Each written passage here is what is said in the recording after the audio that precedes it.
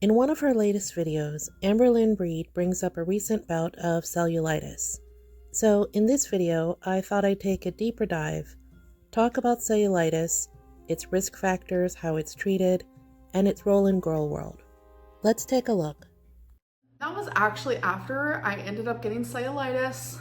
I did not tell you guys that, but I did get cellulitis in my lymphedema leg, which does happen a few times a year, unfortunately. The information I present in this video is from the Mayo Clinic. Please head to their website to read more about cellulitis if you're interested.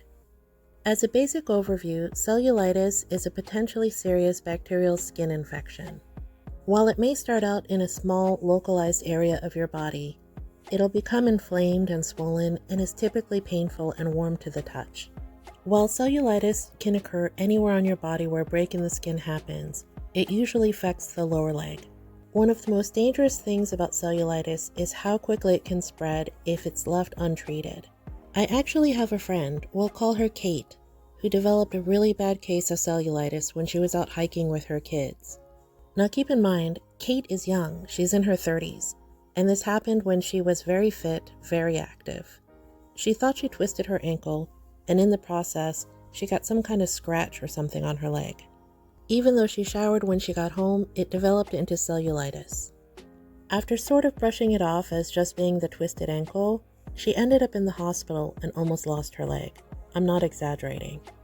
So one of the most important things to remember about cellulitis is that it can spread so incredibly fast. You want to check with your healthcare provider if you have a rash that's swollen, tender, and warm.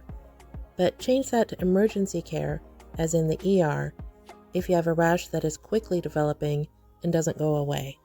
There are certain types of people who are more susceptible to cellulitis, and that includes people who develop an injury, people with weakened immune systems, or skin conditions. Another group of people who are prone to developing cellulitis include those with long-term swelling of the arms and legs due to lymphedema, people with a history of cellulitis, and people who are overweight. That's why the topic of cellulitis and infections comes up so frequently in Gorl world.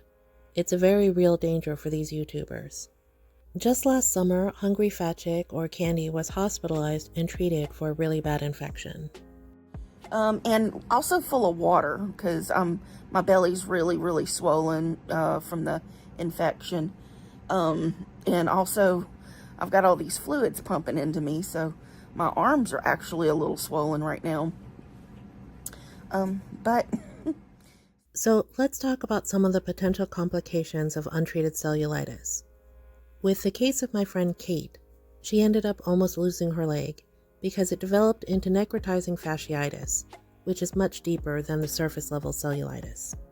Many surgeries, skin grafts, and physical therapy sessions later, I'm happy to report that she's on the mend and walking fairly normally. But if left untreated, cellulitis can lead to things as serious as toxic shock syndrome, sepsis, and even death. The best defense against cellulitis is prevention. Keeping clean, making sure you check with your healthcare provider if you have some sort of break in your skin, and keeping an eye on rashes. People with diabetes or poor circulation really need to be hypervigilant and be aware of what's going on with their skin. Because of things like diabetic neuropathy, they may not feel an infection coming on. So my one takeaway on this video is that I want people to be aware that cellulitis can happen to anybody, not just somebody who's overweight, has lymphedema, or folds in their skin. This is actually something that ALR is right about. It's not just about keeping clean.